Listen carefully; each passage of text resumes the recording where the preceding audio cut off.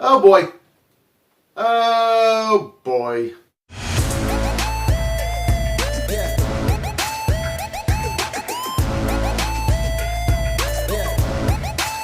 Critters Attacks is about a young lady who is going to her college professor's house to babysit her two kids for an X amount of time. She decides to drag her young brother with her, and instead of them staying in the house all day, they decide to do a little bit of exercise and go walking in the woods for a little bit. And they actually run into a critter who is actually injured in the neck and the shoulder area, and they decide to take this critter back to the kid's house to nurse it back together while the rest of the critters are attacking and killing other people in this small little town. Plus, they are also looking for this one missing critter. Hey everybody, how you doing out there? And welcome to the final review of this franchise before we get to the ranking video, hopefully in the next couple days. Now, just like I said with all the sequels, and I'm sure by now I sound like a broken record, but if you're curious what I thought about this movie, go back to the original Critters review for like maybe the first 2 minutes or so, and I tell you on there what I actually thought about the movie, let alone the entire franchise. I just want to get right into the likes and dislikes.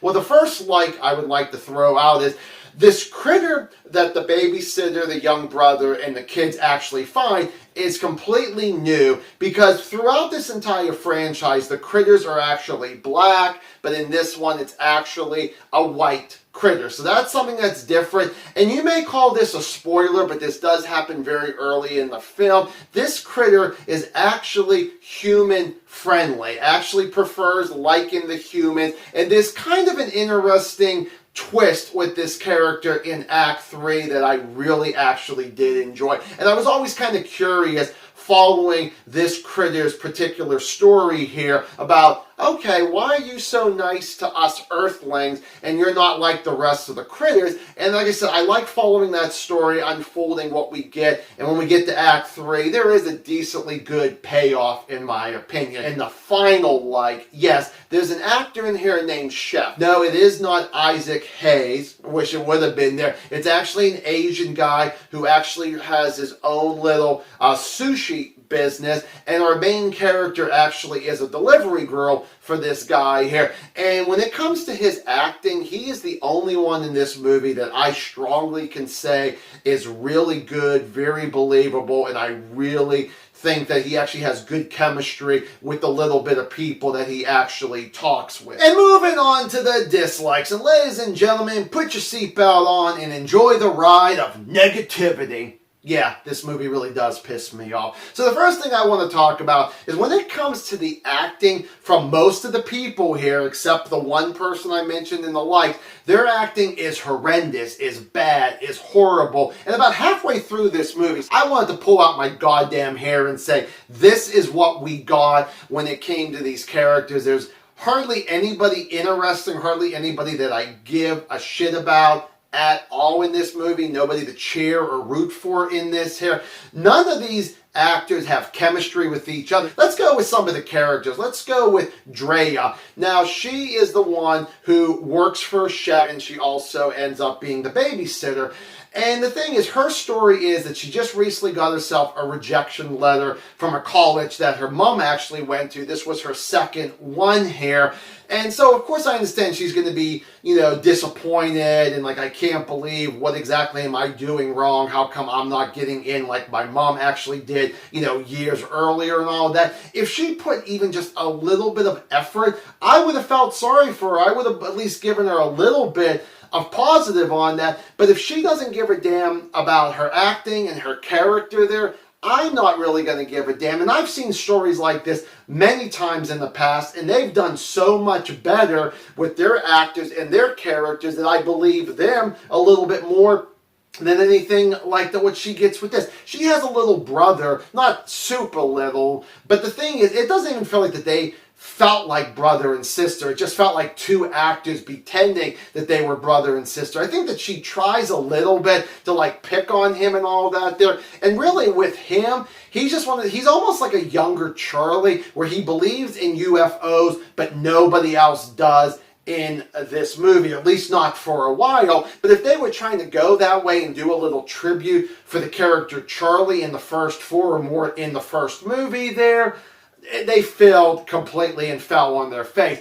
The two kids that Drea actually babysits, you got the girl who was nothing but a brat. You got her brother who is just, he's shy. He doesn't really actually talk much in this movie. So it's like they're pretty bland characters. Like, you got their uncle who is a cop and an alcoholic. Enough said about that character there. You also have Dee Wallace, who is the only one I recognize from the very first movie, that she was damn good in that movie. But in this one, she's actually playing a different character than she did in the first one. So I'm kind of actually wondering, is this one of the aliens who actually dresses up or, you know, turns into her kind of thing? They never really actually explained that, but she's wasted in this. When it comes to the critters, more of the bad critters, they're not silly, they're not fun, they're not scary, they're not creepy in any way here. They're just plain stupid. And I'm just like, I'm watching them, and it's almost like,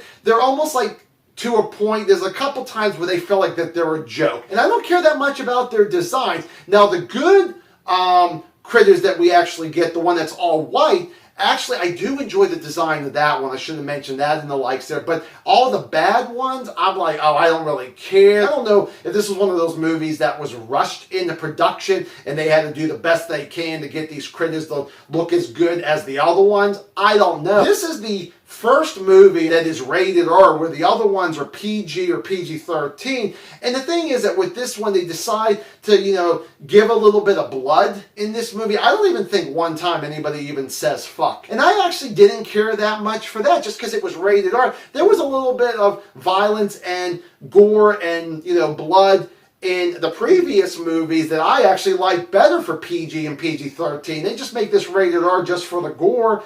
Now, unfortunately, I'm not impressed with your gore there. It almost reminds me about Die Hard 5, where it's like the first three were rated R. The fourth one was PG-13. You go back to rated R Die Hard in 5. They just thought, hey, let's just throw out yippee-ki-yay, motherfucker, and all this violence and all of that. And it's like, is there a good story here? No. And this felt the exact same way for me. When it came to the critters' deaths themselves, the thing was, oh my God, I could not believe that they went this way. The other ones, it felt like it made more sense of how to actually kill these krites. But what they tried to do in this one just felt like it was lazy. The kills in this is just weak as hell. I mentioned about the gore and the blood and all that. That was just stuff that I was like, no, I do not care one bit here. I thought this was directed really worse than I expected this to actually be. I swear to God, the director comes in, gets his cup of coffee, sits down and says, okay, this is the scene we're going to do. As soon as you hear action, do whatever the hell you want. And then as soon as you hear me say cut, that's it. We're going to do a one take and we're going to move on to the next ship, whatever scene that we're going to be moving on to. When it comes to the dialogue, oh my God, probably the worst dialogue in this franchise, I would say. The script needed a lot more rewrites and updates for sure. It's like, that's what the actors needed to say. No wonder this was such a boring movie. I mean, the dialogue, the narrative, the actions, I'm like, this is just horrible in every single way that I could think about it. And the final thing is, there's about 2 or 3 shots in this movie that tried to do a tribute to some of the previous movies, and it did not work one bit in this movie, especially when you decide you're going to use a little CGI on one particular tribute, and I'm like, oh, that looks horrible as hell. Critters Attacks, I'm going to go a 1/2 star out of 4. Have you seen this piece of crap? I'm sorry, have you seen this movie? And if you have, do you like it? Do you not like it? Give me a comment down below. We shall discuss it. Thank you guys so much for watching. Bye.